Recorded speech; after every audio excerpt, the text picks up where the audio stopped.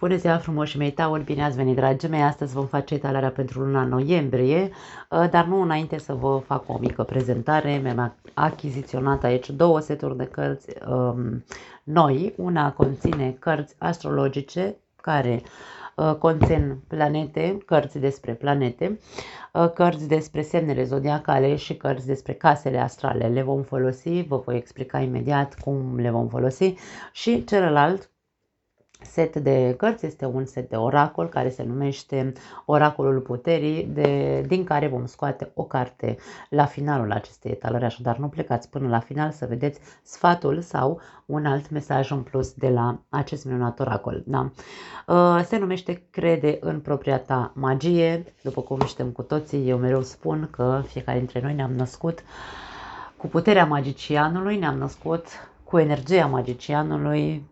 O activăm sau nu, e doar treaba noastră, e de datoria noastră să o facem. Bun, începem. Această etalare o vom deschide de această dată cu aceste minunate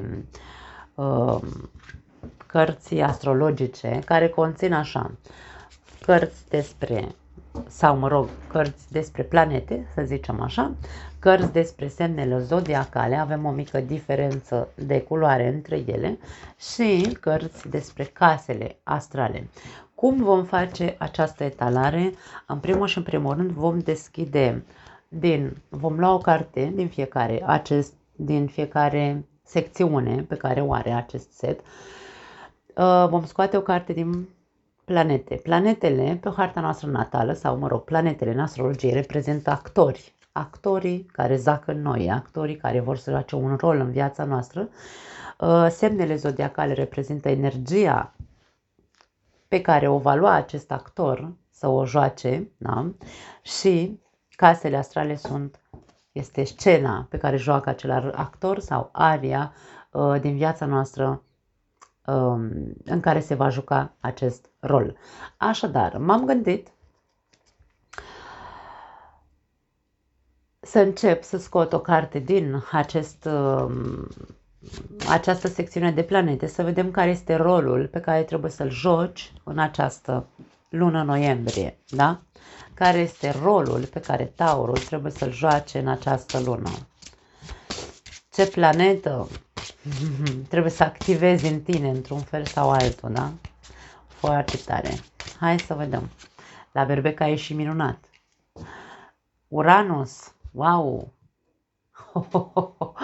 Da, pentru Taur, dragii mei Tauri, ce să vă zic? Pentru că Uranus e la voi și mai are de stat până în 2026. Cred că v-a zăpăcit de cap Uranus ăsta. Cred că v-a zis, haide Taurule, trezește-te, haide Taurule, fă schimbări, schimbă-ți mentalitatea, nu mai mergi așa cum tu cunoști. Aici vorbim despre a-ți activa în sfârșit acest actor care zace în tine și care și el vrea lucruri noi, dar care probabil din cauza faptului că, vedeți voi, din punct de vedere astrologic, Uranus încearcă să îi schimbe mentalitatea Taurului, să nu-l mai lase, Doamne ferește, să îl provoacă să-și schimbe mentalitatea, pentru că viața e despre evoluție. Dacă nu ar fi existat Uranus, da,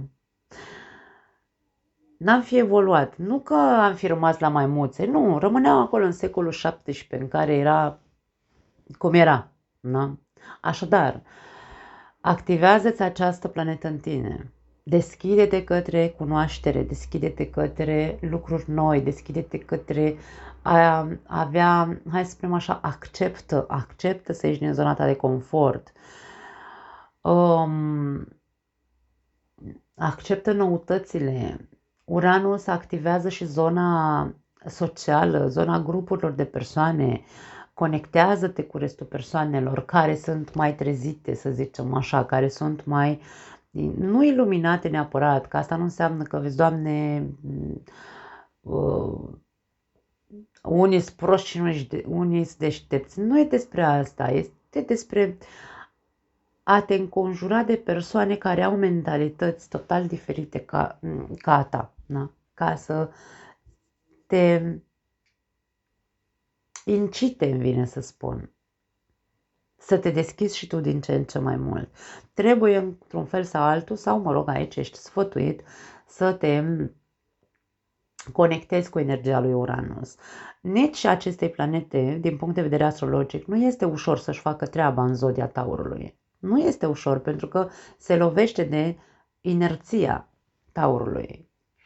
Am mai explicat eu, când vorbesc despre astrologie, cunoașteți, ați observat că încerc să fac mereu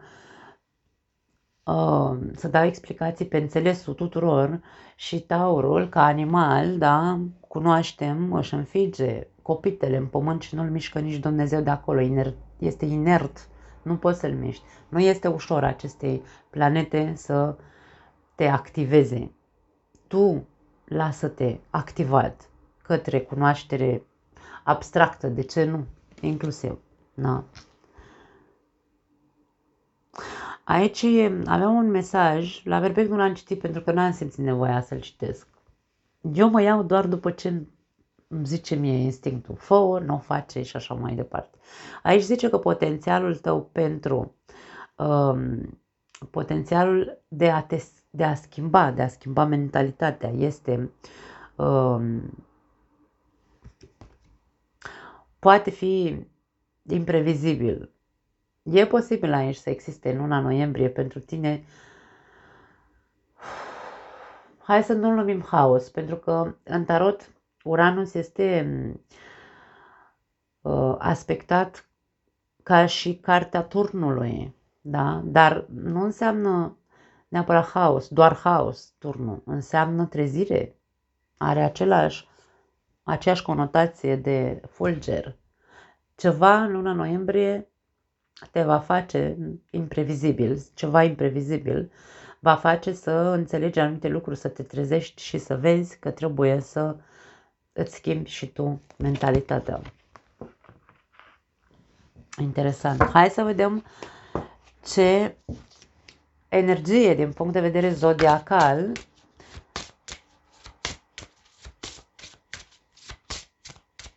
poți folosi ca să activezi această planetă în tine, da?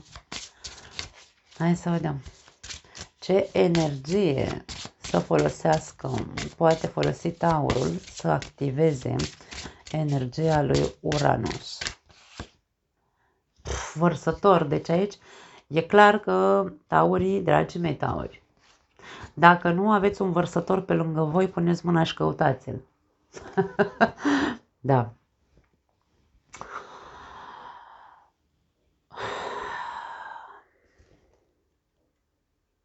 Vărsătorul este semnul zodiacal care este foarte centrat. În primul și în primul rând este o persoană foarte socială.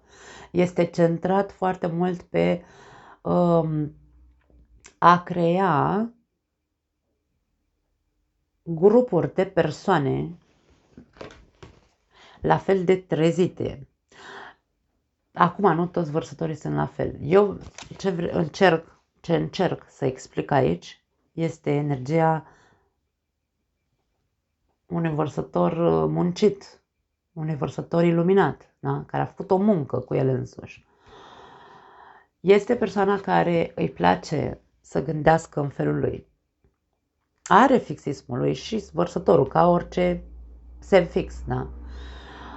Dar întotdeauna se gândește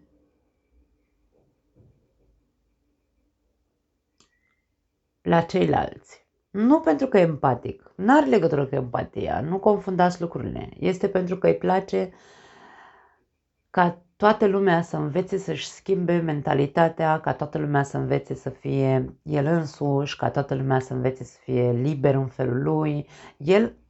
Vărsătorul încearcă să transmită mesaje prin comportamentul lui, mesaje de faptul că nu suntem pe această planetă, nu ne-am născut ca să fim constrânși, să ne lăsăm să fim, nu știu, sclavi. Nu există cuvântul sclav pentru un vărsător. Stați de vorbă cu un vărsător, încercați să vedeți care e mentalitatea lui. Voi trebuie rolul pe care trebuie să îl jucați în această lună, noiembrie, este total total greu pentru voi, total diferit pentru voi, dar probabil că vă va face foarte mult bine să deveniți această persoană care, uite, du-te și tu la discotecă. Aici avem o imagine a unui concert, ca și cum pe planetă se dea un concert și toți vărsătorii sunt aici. Cam așa ceva, da? Această energie este iubitoare de libertate, e rebelă, idealistă și tehnologică. Asta ne spune acest mesaj. Activează-ți idealismul în tine. Taurul nu prea visează. Taurul nu prea încearcă să creeze nimic pentru grupuri de persoane. El e foarte individualist. E posesiv cu ceea ce el deține. Nu vrea să împartă cu ceilalți. Nici nu mă miră că au ieșit energiile astea două care sunt total contrare în tine. Știu că nu te simți comod cu Uranus în casă la tine. Hai să vedem casa pe care tu trebuie să o activezi cu ajutorul acestor energii în această lună. Lăsați-mi în comentarii și spuneți-mi cât de comozi vă simțiți cu aceste cerințe ale lui Uranus către voi. Ok. Hai să vedem. Casa. Prima casă e despre tine. Taurul are nevoie să facă o mare schimbare de paradigmă. Casa 1 este casa, nu casa personalității tale, nu. Personalitatea ta este casa unde ai soarele, da? Este casa în care, este casa ascendentului în care tu trebuie să te activezi pe tine însuți. E ca și cum, ok, scena vieții tale este, te-ai născut. Casa 1 reprezintă nașterea. Te-ai născut pe această planetă și cum îți construiești viața de acum înainte? Ceea ce lumea vede despre tine, ceea ce lumea vede la tine și impresia pe care tu o dai, ne spune aici. Dar casa 1 nu e doar asta. Casa 1 este casa proiectelor personale. Acolo se află orice nou început în viața ta. Dacă tu reușești să intri în această energie, să te lași pătruns de această nouă viziune, că viața este despre evoluție, că trebuie să înveți lucruri noi, că trebuie să te trezești într-un fel sau altul, îți dai voie să cunoști vărsători, să le vezi mentalitatea, fără să-i judeci. Atenție, aici nu judeca, încearcă să iei lucrurile bune de la ei, da? Și aici e ca și cum poți renaște din nou cu o nouă personalitate, poate mult mai iluminată, dacă vrei, într-un fel sau altul. Toate aceste energii nu vor decât să-ți arate că tu poți, dacă depui efortul, să ieși din zona de confort, vei putea să te renaști într-un fel sau altul sau să renaști tu în propria ta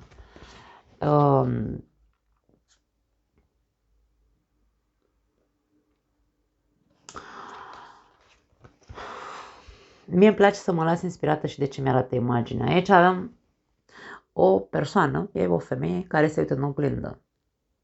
Are o privire foarte dezamăgită. Cum te vezi tu pe tine în momentul ăsta?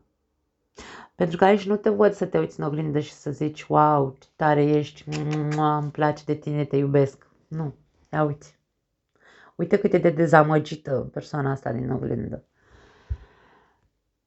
Casa 1 e despre tine. Vrei să te uiți în oglindă și să fii satisfăcut și fericit cu ceea ce vezi? Ajută-te de aceste energii. Activează-le în tine. Wow!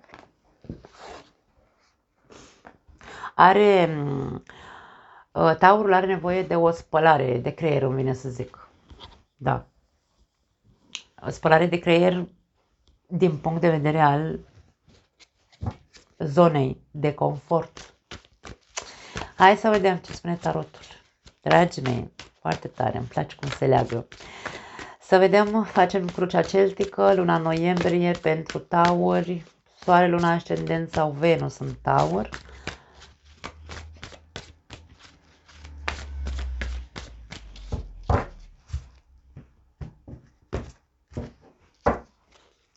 Situația, rege de cupe. În aceste de cărți, rege de cupe, mie mi inspiră foarte multă meditație, meditație interioară. Poate că ești hotărât, profund gânditor, cum să faci să te maturizezi din punct de vedere emoțional într-un fel sau altul. Ești într-un fel de energie zen, să zicem. Te văd liniștit pe interior. Hai că vom vedea ce vor să ne spună clarificările. În mintea ta, 7 de monede.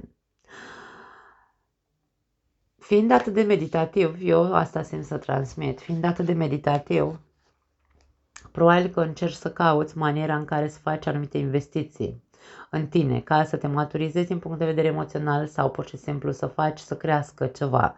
Vrei să ai niște rezultate în viața ta. Te gândești cum să faci investițiile pentru ca rezultatele pe care tu ți le dorești, poate din punct de vedere emoțional, să fie unele pozitive. Da? În subconștient, as de spade, ai înțeles foarte multe lucruri. Ceva s-a întâmplat în viața taurilor în lunile anterioare, în care probabil că a tot venit așa cu Uranus acolo la voi, normal că s-a întâmplat lucrul ăsta. Au tot venit adevăruri peste adevăruri, realități peste realități, fulgere peste fulgere în viața ta în ultimii ani, de 5 ani, mai are 2 ani și iese de la tine din o gradă, dar dacă iese fără să-ți transforme mentalitatea, n-ai făcut treaba. Trebuie să intri în proces. Intră în proces de schimbare a mentalității. Unii dintre voi sunteți în procesul ăsta sau cel puțin abia acum vi se faci vouă lumină în cap să ziceți, băi, da mă, stai un puțin că trebuie să fac ceva, da? Și mă pun și încep să investesc în mine. În trecut, 4 de cupe, mare plictiseală, mare neînțeles, nu te atrăgea nimic, nu îți convenea nimic, insatisfacție emoțională totală aici. Ai trăit apatic. Această energie apatică a rămas în urma ta. Mă bucur să văd asta. În viitor, următoarele 3 luni de zile, wow, 10 de cupe. Unii dintre voi vă căsătoriți dacă nu sunteți căsătoriți. Alții dintre voi vedem familia fericită. Vă veți pune familia pe picioare sau relația pe picioare. Un succes aici, toată lumea e fericită, există bucurie la nivel de clan, dacă vrei, clan, da? Trib. Concluzia, 7 de cupe. Concluzia este că dacă învățăm să ne lăsăm inspirați de imaginația noastră, fără să cădem în extrema statului cu capul nori și a inventa povești, da? Ci pur și simplu să ne activăm imaginația. 7 de cupe este cartea imaginației, exagerate, da? Dar asta nu înseamnă că nu putem fi conștienți când această imaginație este sau nu exagerată sau este reală sau e falsă, real sau fals ceea ce eu mi-aș dori să manifest, da? Concluzia poate fi una pozitivă, 7 de cupe, este o carte, aici orice carte are pozitiv și negativ, dar pozitivul din această carte este imaginația abundentă, da? Că poate pentru alții dintre voi poate fi negativă această concluzie, pentru că este decepționantă sau este, hai să numim așa, vei fi în dubii, nehotărât, nu vei ști, faci bine, nu faci bine. Eu aș spune că dacă aici vorbim despre niște rezultate pe care tu vrei să le obții în mintea ta și faci investiții, n-au cum să fie dubioase rezultatele, da? Pentru concluzia înseamnă tot rezultat, da? Punctul la aceste etalări. N-au cum să fie dubioase. Trebuie să ai într-un fel sau altul credință, să crezi în tine, în investiția pe care o faci. Cred că mai repede vrea să ne spună aici că e momentul să-ți activezi acea imaginație, creativitate, dacă vrei. 4 de monede la capătul cărților. Poate să ne spună că este energia ta care încă este o energie propice către zona de confort. Ideea este că aici tu nu vrei să pierzi. Ai ceva ce consider că îți aparține. Nu are importanță că vorbim despre o persoană, că vorbim despre un eveniment, că vorbim despre o mentalitate. Îți aparține, e parte din tine și tu nu vrei să pierzi acel ceva. Este o energie de avariție. Taurul este foarte posesiv, e posesivitate aici, da? Poți fi posesiv, dă-ți voie să fii posesiv, niciun fel de problemă, dar în același timp și conștient, pentru că Uranus nu aduce decât conștiință sau conștientizare, dacă vrei, a unor, nu știu, a unor comportamente, să spunem așa, pentru a le putea modifica. Despre asta este vorba. Da? Hai să vedem. Trecem la clarificări. Să vedem care este, cu ce vine această energie a regelui de cupe. Am spus că te văd liniștit, zen, meditativ, încercând să ajungi să te maturizezi din punct de vedere emoțional. Hai să vedem cu ce vine la pachet acest rege de cupe.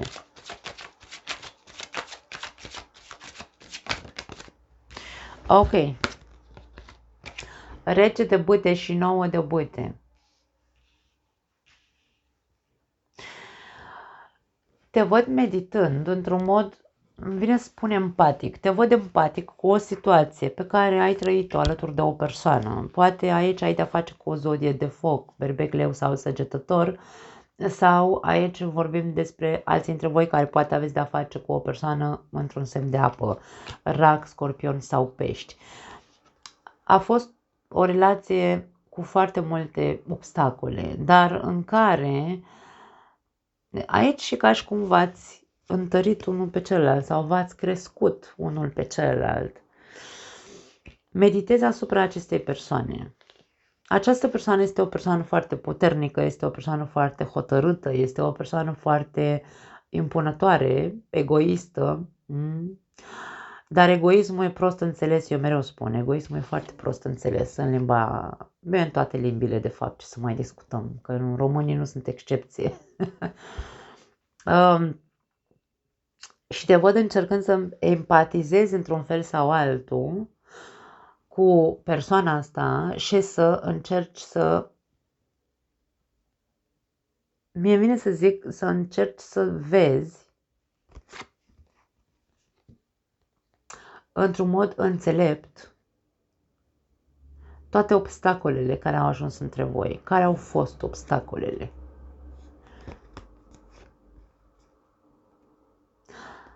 Unii dintre voi aveți credința sau tăria, nu, credința interioară, vine să spune. Intuiția ta îți spune, domne, persoana asta este, în ciuda faptului că este ea așa cum e, că e un vulcan și este impunătoare și este egoistă și este așa, în ciuda acestor adjective, este o persoană care a tras mult aici. A luptat mult. Aici avem un luptător. Abia acum meditezi asupra anumitor aspecte asupra acestei persoane, vine să zic. Nu știu dacă neapărat e partenerul tău de viață, poate fi un frate, poate fi un părinte, poate fi oricine. Tu aici empatizezi, în luna noiembrie empatizezi cu o persoană foarte puternică care a răzbit sau poate a răzbit împreună cu tine, a trecut peste multe și îți arată și ție că trebuie să faci într-un fel sau altul acest proces de întărire, dacă vrei, da? De putere, de credință în tine, în forțele tale. Ca și cum îți spune, e o persoană care te motivează, atenție, toate bâtele sunt motivatori. Te motivează să devii într-un fel sau altul În ciuda faptului că tu nu crezi că vei putea să devii o persoană atât de strong, această persoană te motivează și vei putea. Poate că este un proces de, după cum am zis, de maturizare emoțională pentru unii dintre voi. Hai să vedem, în mintea ta 7 de monede, să vedem ce ai cu investiția asta. Pentru că tu știi ce investiție trebuie să faci.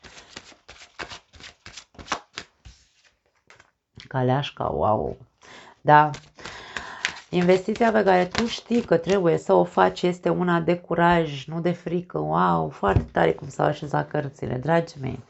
Aici ca și cum trebuie să investesc în mine, tu îți spui ție, știu că trebuie să investesc în mine, să fiu cu adevărat un luptător, să fiu cu adevărat în ciuda fricilor, să mi le depășesc neapărat, trebuie să fac un proces de creștere aici. Și nu poți face un proces de creștere dacă nu investești. Investit înseamnă nu neapărat doar să bagi bani în, știu și eu, în terapie sau doar să bagi bani în cursuri. Nu! Investiți timp, da? În obiectivul clar care este depășirea fricilor, frica de abandon, frica de eșec, toate aceste aspecte care zac în voi și care poate nu știți cum să le scoateți din voi, nu cunoașteți o altă variantă decât zona voastră de confort, toate aceste lucruri se fac conștiente, sunt deja conștiente în mintea voastră. Da. Eu aș spune că ești pe drumul cel bun, chiar dacă ți-e frică, activează-te în totalitate, nu poți să zic altceva. As de spade. În subconștientul tău, asul de spade. Hai să vedem cu ce vine. Roata norocului și cu 5 de bute, o repetitivitate. Tu, surpriza asta, da, despre care vorbeam aici cu imprevizibil, ceva imprevizibil sau dintr-o dată, că și roata norocului vine cu surprize, dintr-o dată ceva s-a întâmplat aici, în viața ta, în ultima perioadă, ceva, poate un conflict cu persoana de lângă tine sau cu cineva anume, o repetitivitate aici. Ți s-a impus să vezi că te învârți într-un cerc anume și că trebuie neapărat să ieși de acolo. Abia acum, în luna noiembrie, vezi cu adevărat care era ciclicitatea în viața ta, vezi cu adevărat care era comportamentul al tău, al celuilalt și așa mai departe, în această roată de repetitivitate. Da. Vei face schimbări. Acum ești pregătit să faci schimbări. Până acum nu ai fost pregătit. Pentru că acum mintea și intuiția și inima sunt activate în tine. Și se aprinde becul. Și în subconștient se aprinde becul. Vei înțelege foarte multe lucruri, vei vedea care sunt limitările tale, vei vedea care sunt lucrurile pe care poate, de ce nu, aici le repeți într-un mod inconștient, pentru că vorbim de zona subconștientă, într-un mod inconștient. Tot ce am învățat, nu știu, din copilărie, așa am văzut că trebuie să fiu și așa am fost până acum și abia acum văd cu adevărat cât sunt, domne, aici de o țin pe-a mea. Pentru că 5 de bâte e o carte, unul trage în stânga, unul trage în dreapta, da? O ținem pe a noastră fiecare dintre noi, dar acum se face lumină și voi schimba. Voi schimba această mentalitate profundă. Pentru că o conștientizez sau conștientizez comportamentul meu. Foarte tare. Hai să vedem ce cu apatia asta pe care o văd în ultimile luni la tine. 4 de cupe. Cu ce vine 4 de cupe? Rege de spade. Avem 3 regi deja în această etalare, dragii mei. Cineva te-a acuzat că ești trist, apatic, n-ai chef de nimic, Ai fost acuzat, că este adevărat sau nu, tu știi. Ok. 5 de spade, 8 de spade. Ți-a făcut șahmat aici. Aici în combinația de șahmat. Acum, dragii mei, dacă tu într-adevăr ai fost așa plictisitor, apatic și nesatisfăcut, nici ție nu-ți plăcea, dar totuși te complăcea într-un fel sau altul să te acolo în zona ta de confort din nou, nu acceptai nicio variantă din exterior, adică nici nu acceptai că erai apatic, nici nu acceptai că trebuie să faci ceva, nici nu treceai la acțiune să ieși din această apatie. Și aici cineva a fost foarte crud, îmi vine să zic, cu tine și ți-a spus, ți-a făcut șahmat, ți le-a zis pe șleau. Poate a făcut bine că ți le-a zis pe șleau, pentru că aici pare că te-a reconectat într-un fel sau altul, te-a făcut să facă click după click în capul tău. Mai ai de făcut clicuri, nu degeaba a vrut să iasă aici Uranus, vărsătorul și prima casă, care e despre tine, da? Nu degeaba. Aici cineva a jucat rolul lui Uranus, dacă vrei. Aici avem energia vărsătorului. Cineva care nu neapărat că te-a scos la tablă, dar ți-a zis verde în față cum te vede. Prima casă este cum te vede lumea din exterior. Așadar, cam ceea ce tu, impresia pe care o dădeai, dacă nu ești o persoană apatică și plictisitoare, impresia pe care o dădeai a fost asta și cineva ți-a zis-o. Te-a pus între ciocan și nicovală. Vine să zic că este mingea în terenul tău să începi să faci ceva, să începi să îți schimbi mentalitatea, să te trezești și să faci schimbări importante în personalitatea ta. 10 de cupe în viitor. Hai să vedem. E o carte foarte pozitivă, 10 de cupe. Lumea. Lumea ne arată succes. Lumea vine întotdeauna. Primul mesaj este succes. Și aici avem îndrăgostiție. Wow! Dragii mei, dacă vorbim despre o relație pentru unii dintre voi, dacă voi reușiți să intrați în energia asta lui Uranus și să îl activați și să vă lăsați, să vă deschideți mentalitatea și tot ce am zis până acum, aici vedem că relația ta se va pune pe picioare, toate relațiile tale vor fi armonioase, toate conexiunile vor fi profunde de acum înainte.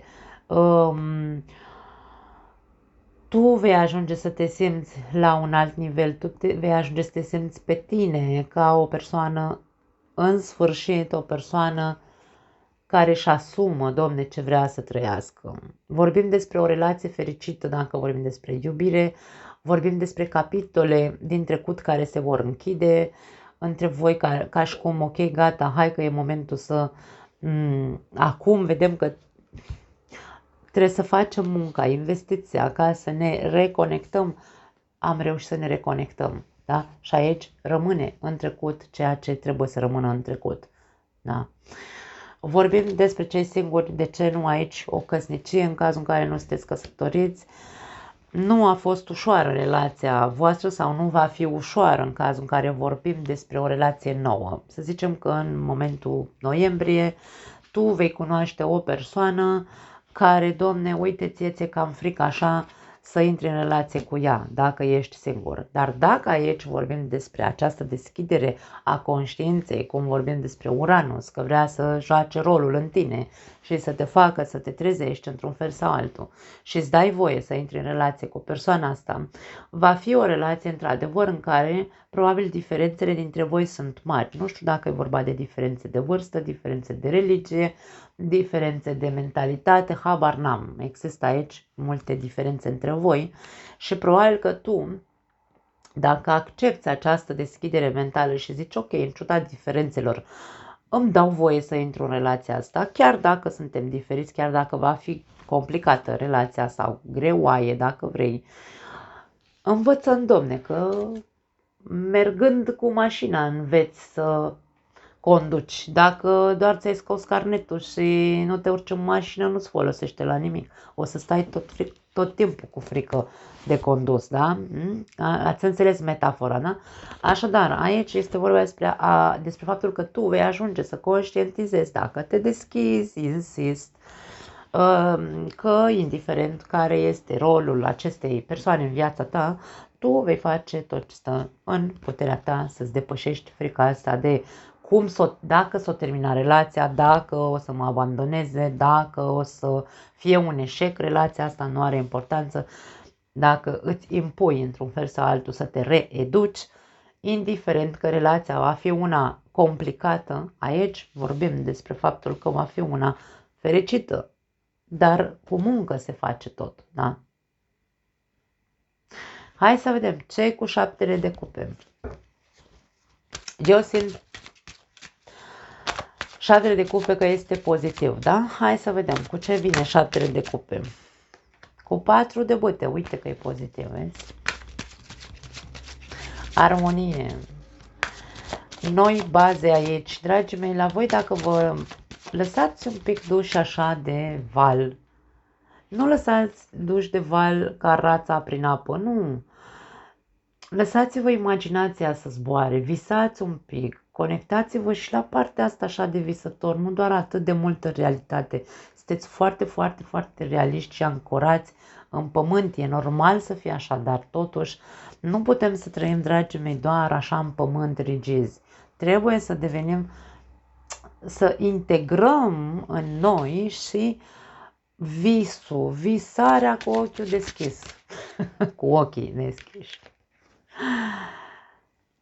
Cavalerul de bâte. Se cere un pic, îmi vine să spun această concluzie, spune că dacă tu ai curajul să îți activezi această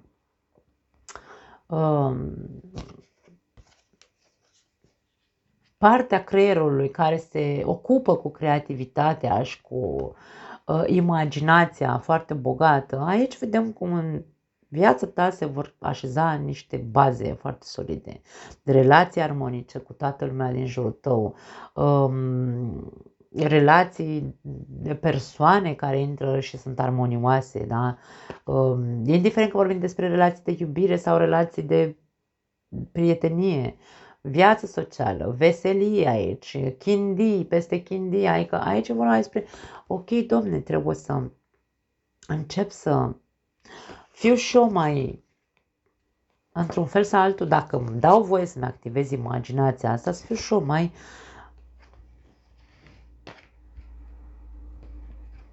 să-mi activez războinicul din mine, curajul, în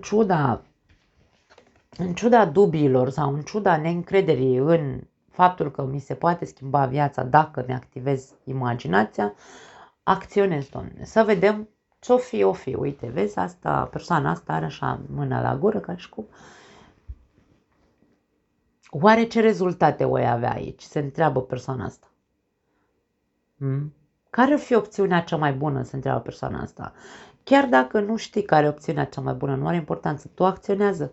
Acțiunile tale vor da rezultate benefice, din câte se observă aici. Așadar, activați-vă, reactivați-vă, dragii mei, schimbați-vă mentalitatea la voie despre asta. Hai să vedem un ultim sfat pentru voi sau mesaj în plus, ce vrea să iasă, nu știu, vom vedea. Pentru tauri, un ultim mesaj sau sfat.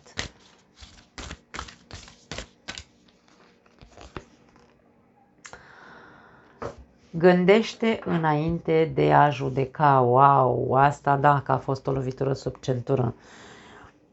Ce judeci? Pe cine judeci? Poate aici, dacă tu ești într-un fel sau altul presat de Uranus ăsta de 5 ani de zile în casa ta, ești presat să-ți schimbi mentalitatea, să devii mai rebel un pic, să nu mai fii atât de împământat, să fii mai idealist, da, aici, idealist, uite, aici, visător, idealist, visător, să te deschizi către tehnologie, să înveți lucruri noi și așa mai departe.